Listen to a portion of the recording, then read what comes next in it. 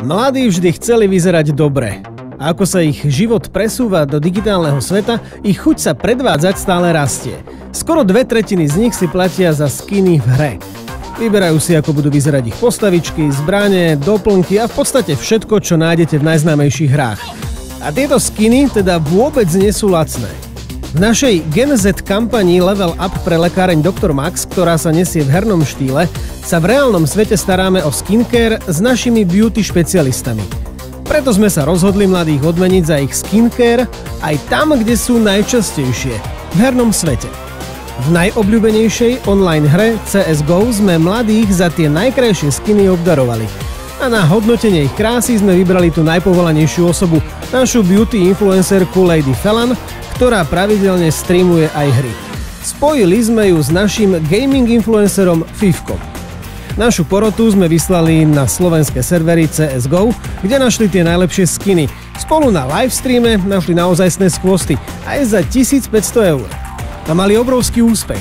Ľudia sa sami od seba začali predvádzať a ukazovať im svoj skincare. Bujak sa volá. Ten je tam azurovo-rúžový, taký pekný. Čo? Vyzerá super. Čo? Bujak, toto je dosť pekné. Bujak, aha. On mal ten, taký ten...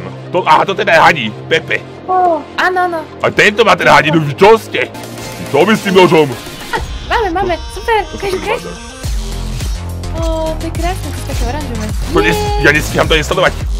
Preboha. A nezostali sme len v CSGO. Pre tých, ktorí neboli práve online, tak sme ich odmenili na najobľúbenejšiu gamerskú sociálnu sieť na Discorde. Tam v našej odbornej porote poslali svoje skiny. Dokopy sme odmenili 10 najkrajších. A za to ľudia odmenili nás. Mali sme naozaj skvelé výsledky. Hodinový livestream sledovalo vyše 5000 ľudí. Svoje skiny nám za ten čas do hry prišlo ukázať vyše 60 ľudí. Zostrihaný záznam z neho sa dostal až k ďalším 207 000 mladým ľuďom a získal engagement 11 000. Dokázali sme, že o kožu mladých sa najlepšie postaráme, či sú v digitálnom alebo reálnom svete.